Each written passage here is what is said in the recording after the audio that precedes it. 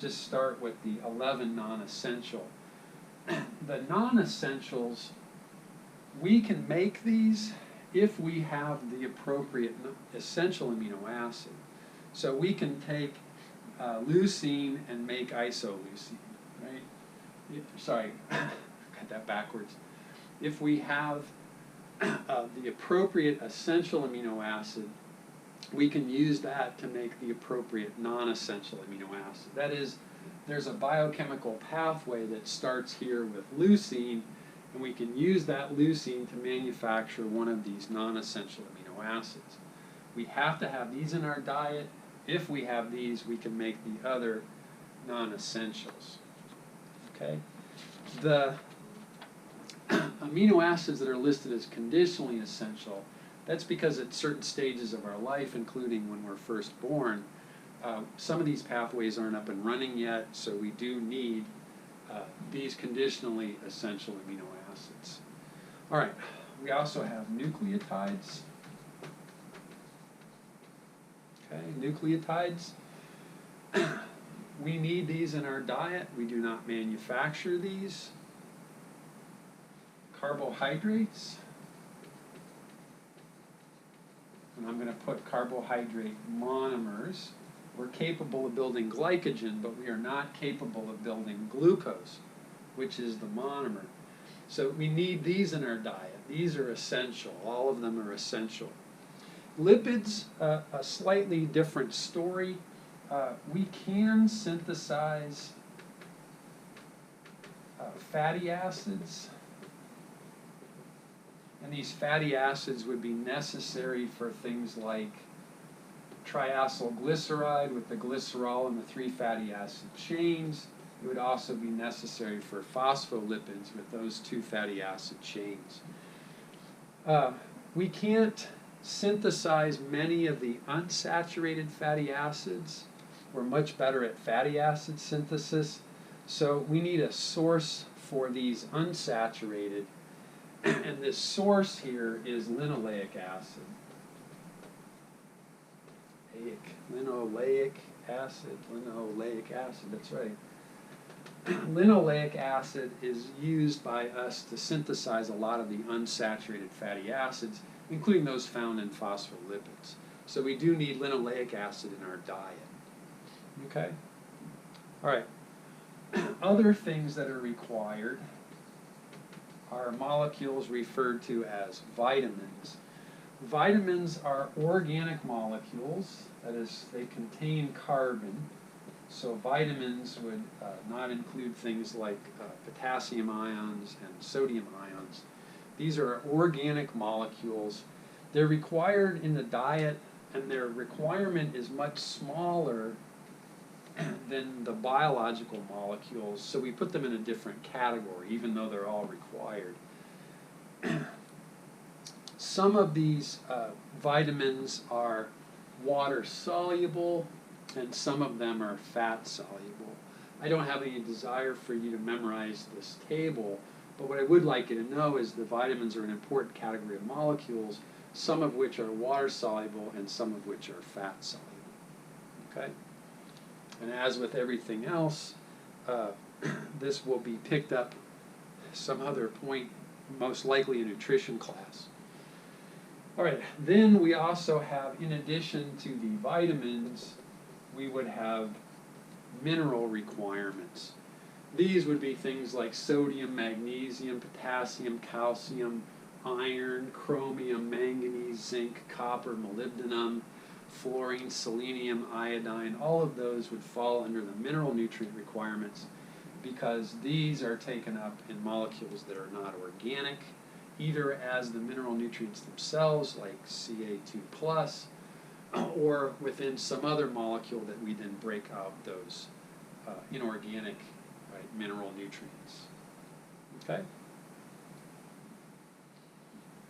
Okay, now, in terms of gaining access to these organic molecules and these inorganic molecules, animals take this stuff up typically as food. Okay, and then the organism itself must process the food. Okay? Animals take up food and we have to process it in order for us to gain nutrition from it. These steps are ingestion, digestion, absorption, and then finally elimination. Okay? All right, let's start with this first one here. Ingestion. Ingestion is the act of eating, and you have to really think about how the food is ingested or taken up. Right? So different animals are going to do this ingestion in different ways. Okay? So some animals are what are called suspension feeders.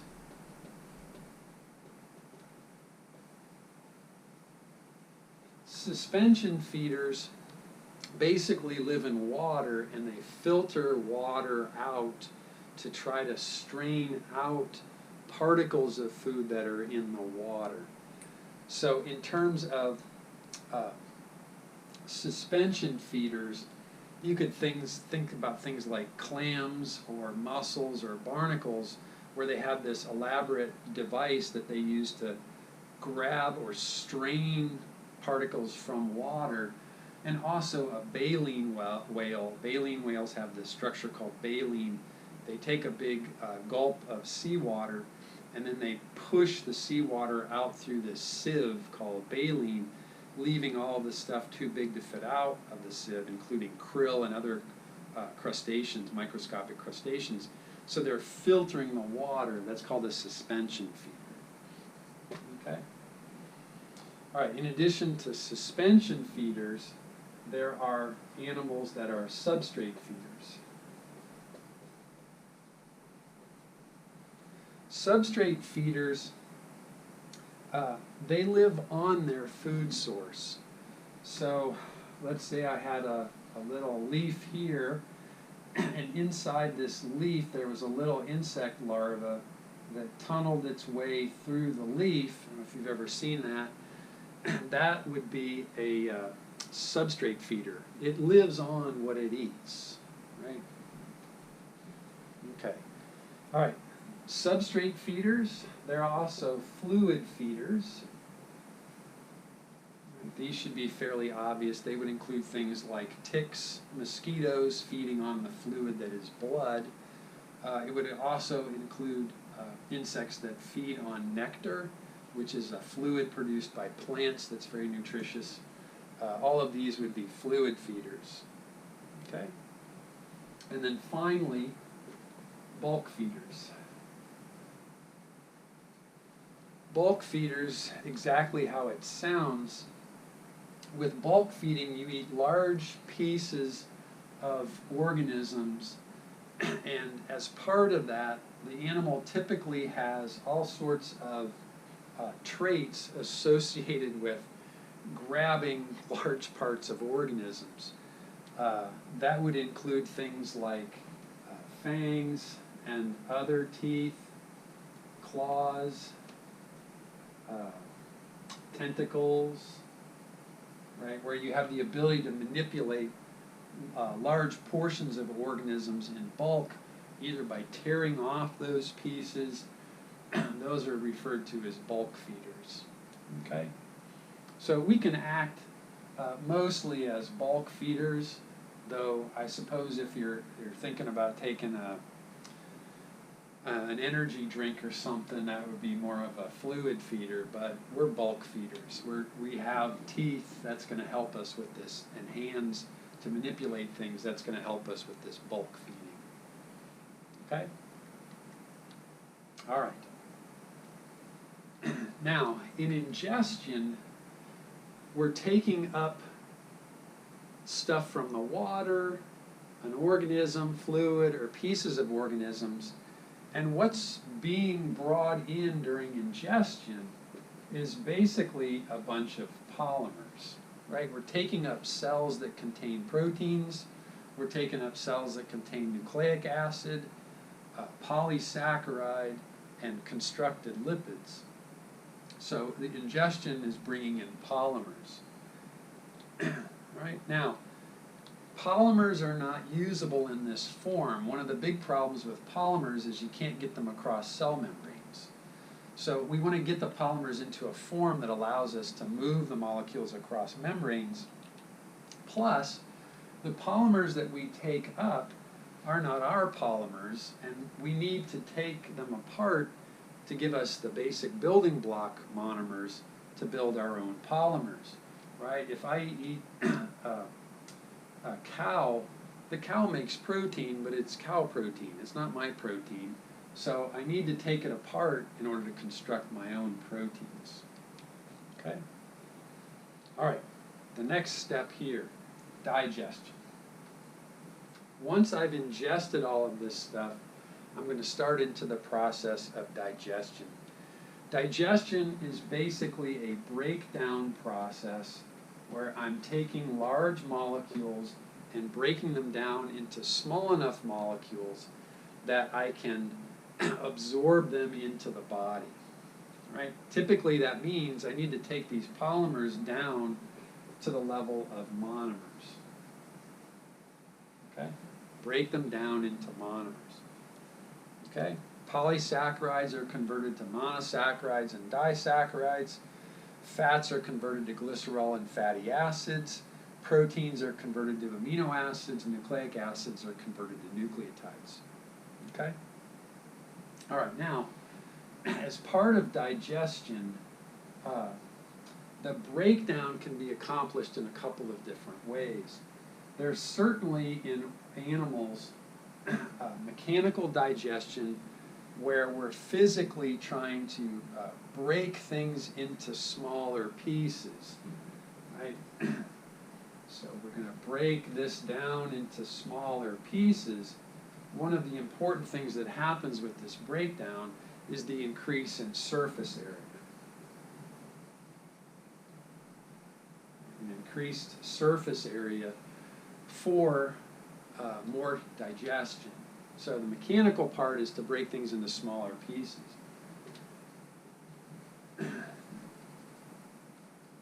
The other type of digestion is enzymatic hydrolysis. So you talked about hydrolysis in MCB, right, using water to break polymers into monomers. That's essentially what we're going to do. We're going to use a bunch of enzymes to hydrolyze these biological molecules. The enzymes work at the surface, so the mechanical, in a sense, is increasing the amount of enzymatic hydrolysis that can take place by increasing the surface area for enzymatic hydrolysis. Okay?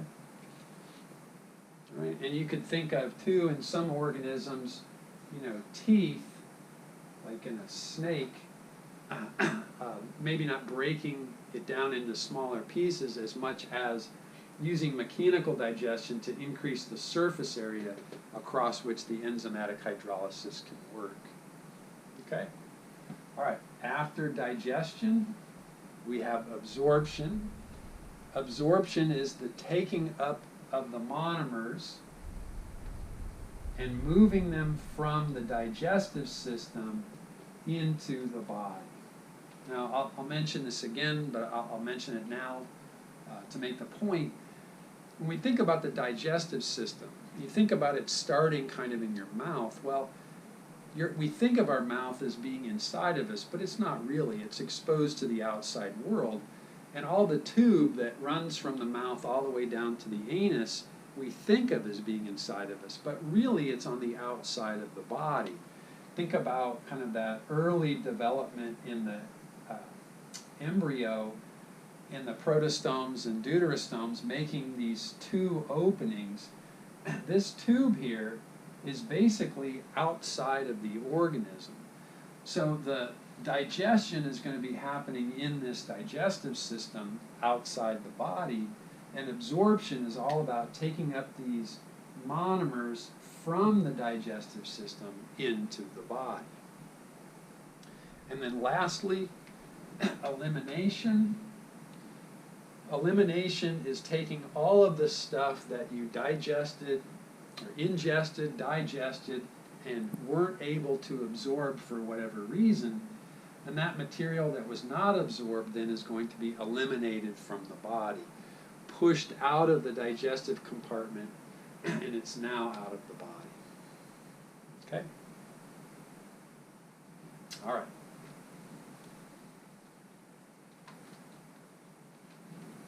In terms of the process of digestion, all of the animals do what's called extracellular digestion, right? I just drew the digestive system as connected to the outside world, which means these cells that line the digestive system are producing enzymes that move into the digestive system, but because we're not inside a cell, we're inside a lumen or a cavity in the digestive system, this would be extracellular digestion.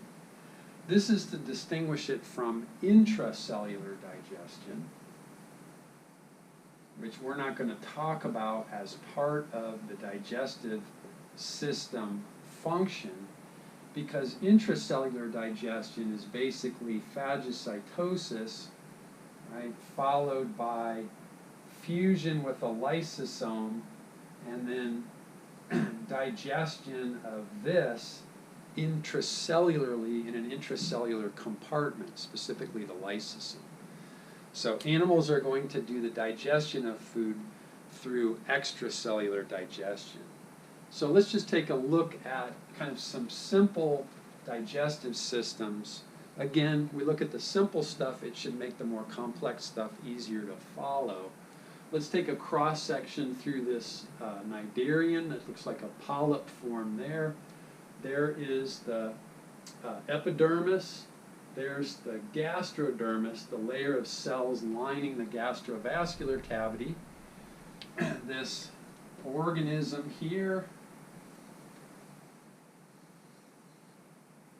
right, brought something into the gastrovascular cavity.